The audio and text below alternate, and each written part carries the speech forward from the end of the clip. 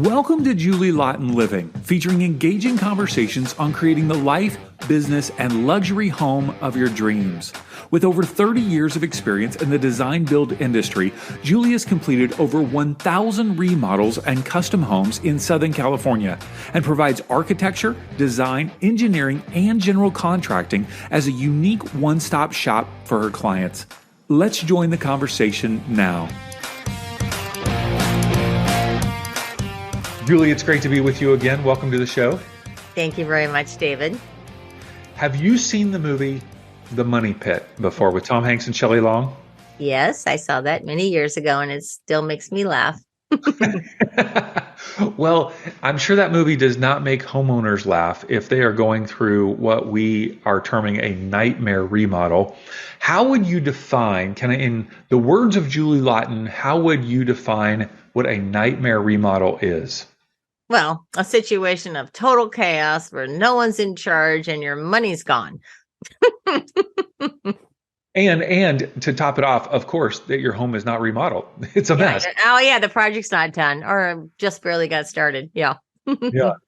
So when I think about the idea of nightmare remodels, I would think that there are categories or ways that a remodel could kind of go sideways.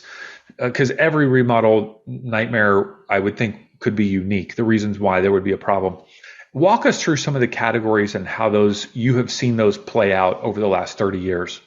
Well, it's always like this. The architect draws plans that don't work. The architect draws plans you can't afford. You don't hire an architect. You draw a draftsman or someone that doesn't know how to do what he's doing and doesn't follow the code or the city requirements or even come close. Or you hire someone that doesn't have any business doing drawings because you found him cheap on the internet.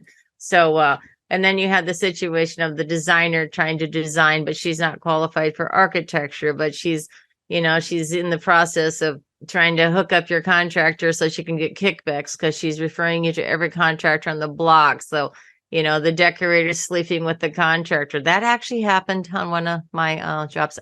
So anyway, not my jobs, but one of my experiences with one of my clients' projects.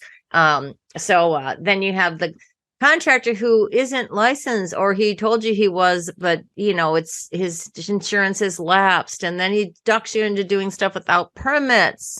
So, you're getting led down the road, and then he asks for money in advance. So those are real quick ones that start any nightmare.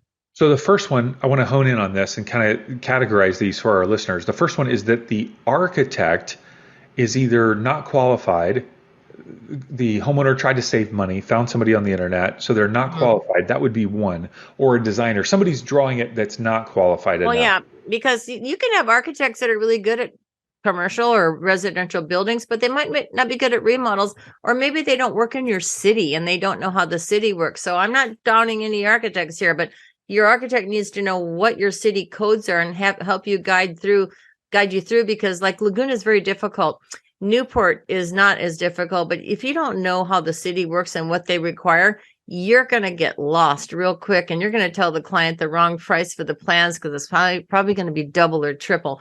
So you need to work with someone that's local, that understands the local city, and don't hire some cheap draftsman that doesn't know architecture or space planning or custom kitchens. The person you hire has to be good at what they do and local. So it's a combination. They can be super talented, but if they're not from your city, how are they going to know what to do to get your plans done? So there's a whole pitfall there if it's not local.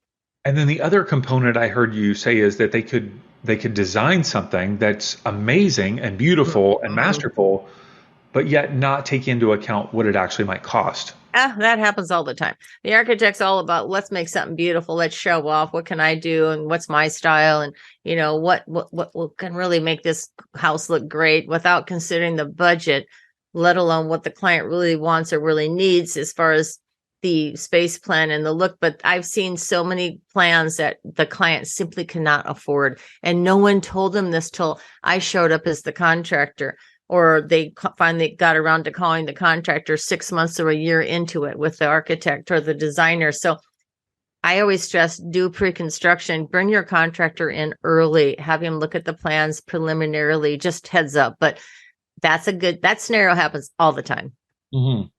The second area you talked about, that the contractor talk about some issues with contractors themselves that you have seen over the years. Well, contracting is tough, and a lot of guys don't want to actually follow the rules because it costs money. So you got to have a contractor who's fully licensed, and then he's got to have general liability insurance of $1 million, and then he's got to have workers' comp.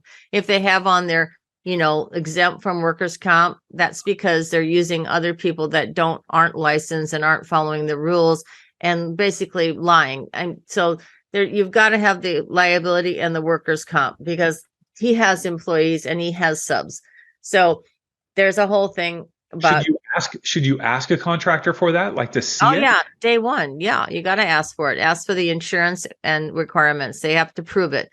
And if they're exempt, so because they're not operating legally, because all contractors have subs and employees of some level, and then their subcontractors have to be licensed and have the same insurance. So it's a tricky situation because no one wants to ask and demand this stuff.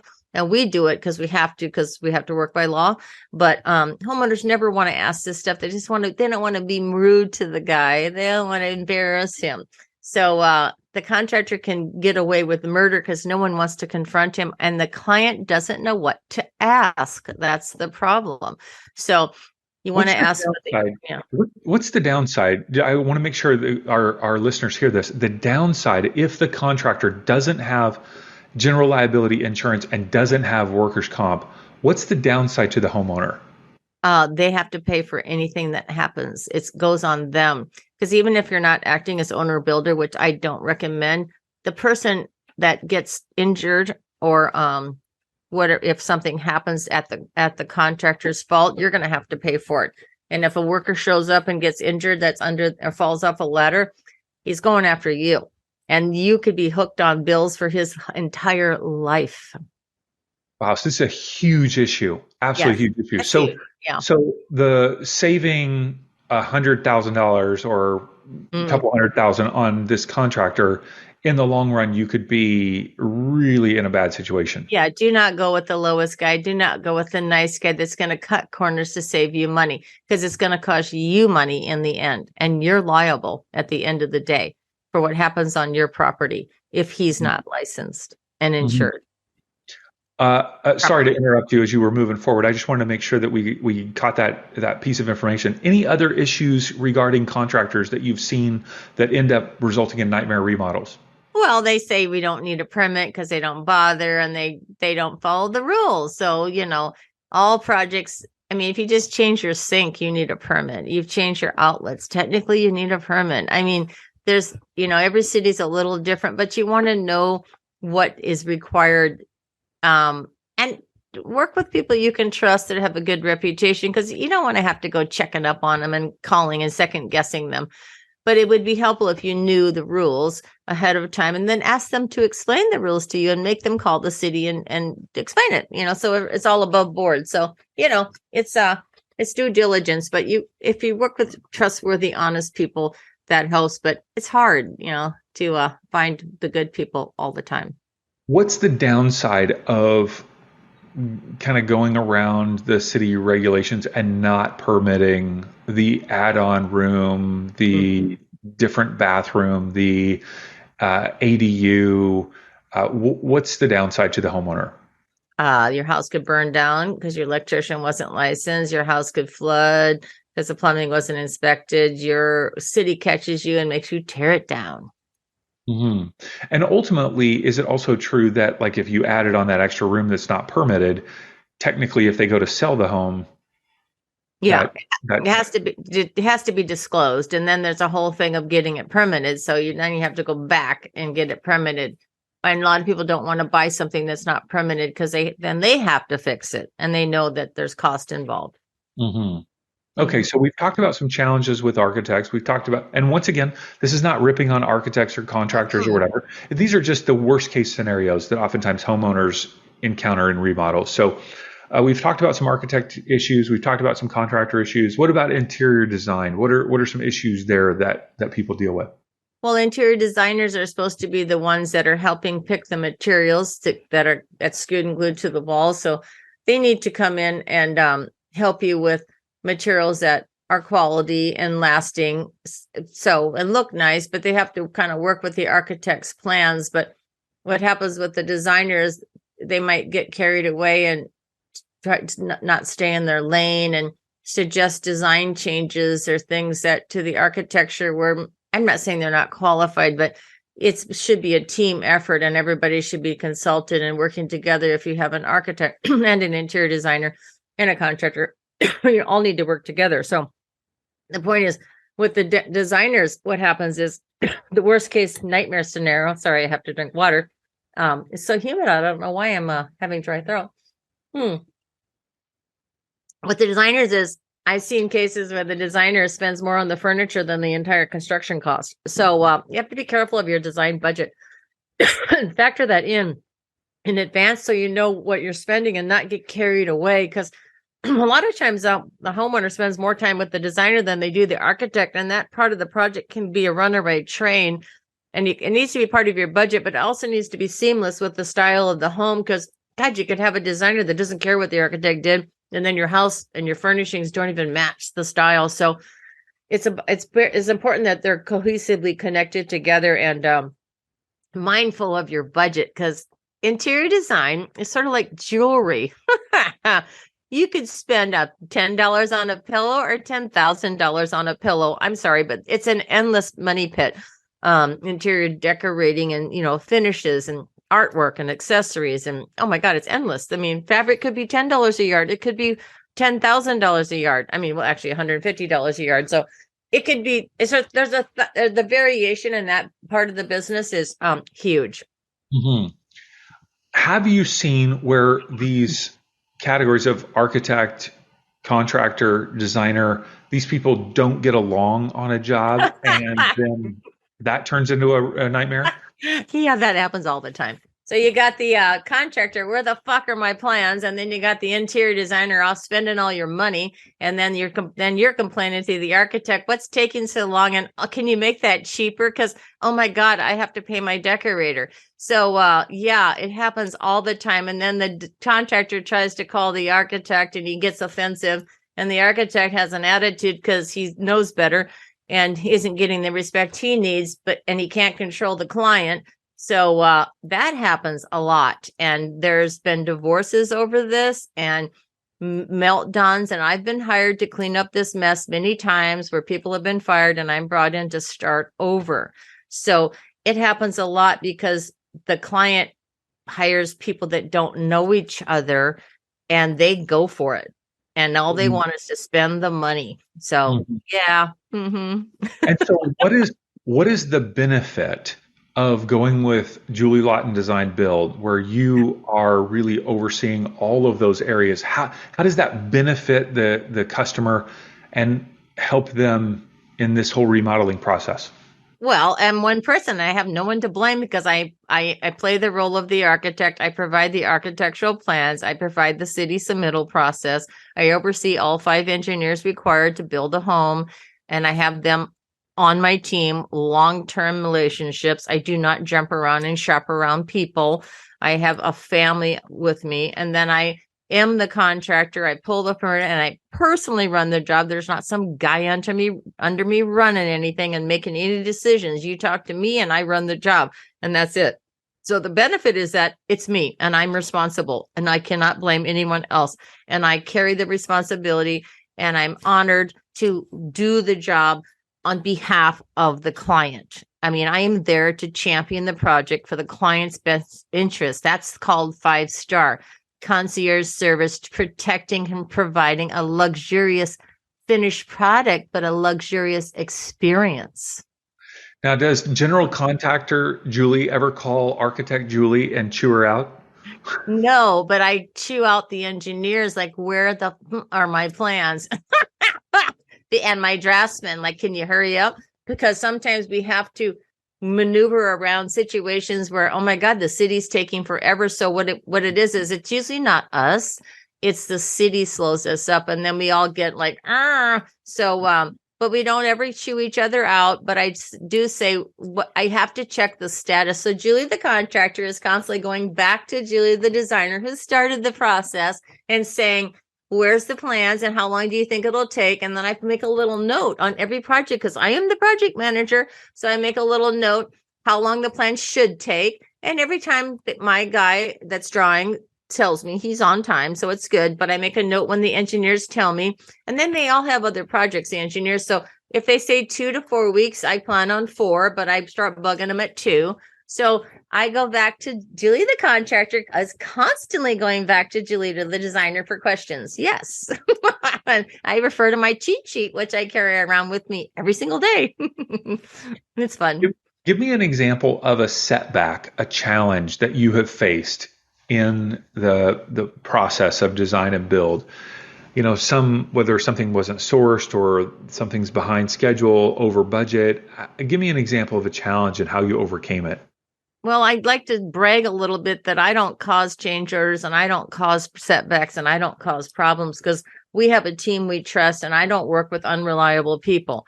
Now, and even if somebody gets sick or something, we always manage. But the setback usually comes when something can't be delivered, and then we just switch horses and get something else. But the setback comes when the client changes their mind after construction starts, and then we have to scramble to get that request made and fit it into the schedules because the train's already left the station, and we got to get it to fit onto the train as it's moving without causing a delay. And I'm doing a project in Laguna Beach now where I offered to do some structural repairs in a room. And that one structural repair that I felt was necessary, which cost a little extra, but I felt it was necessary for the durability and the long-term maintenance of the home, is costed me 8 weeks of delays at the city because of the plan permit process. But I needed to do it to make the home better. But it just like the city's slow. So I thought it wouldn't, I knew it would take up, but it is cost, and it bothers me, but we're bearing with it. And it's part of the process. So I can't get around it, but we still have plenty of work to do. But it's kind of like a setback in a way, because I could have just skipped it, but I couldn't live with myself if I didn't do it. Mm-hmm. So I took, and I did it out of my own pocket, my own money. So, as part of the construction cost. So I just needed to get it done. Mm-hmm. Yeah. How could someone who is approaching a remodel, they're thinking about remodeling their home, they want to do something fabulous, it's maybe in the 500 to 2 million range of a remodel to their place.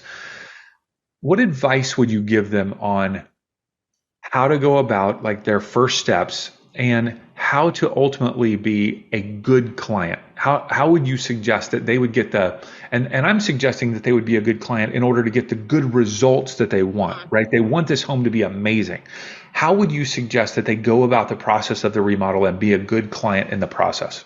Well, that's easy. You do your homework, and especially if you're a couple, you go do your homework of what do you want. So you both pull pictures of what you like, what's your dream home, or take pictures from your favorite hotel or your favorite vacation. What do you want? Put all those pictures together and sort them out, and then come up with a group of pictures, just like a storyboard or a vision board, and have a vision board and be clear on what you want before you hire the architect and the designer, because that saves hours of time and money. If you're clear about what you really want, especially get it clear with your partner, because once the design process starts, stuff's going to come up and you're going to have to make decisions together. So if you can get clear on what you want before you hire people, then the good people will take charge and you'll be in good hands and save a lot of stress by, oh, I don't know what I want. And then not showing up for appointments, not making decisions, changing your mind constantly because you didn't do your homework, drives me crazy. But I like to work with people that know what they want. But of course, nobody knows what they want when they call you, because the first question is, where do I start? So my process starts with homework. And then what is this going to cost right out front? And then we finish the design process. But it's homework because you're designing your dream home. So you have to be clear on your vision. Yeah, get that out of your head on paper is a process. I mean, we're getting it out of your head on paper, but you have to be clear on your vision. What do you want? What's your end result? And just really visualize it and try to explain it any way you can. And usually the easiest way is pictures.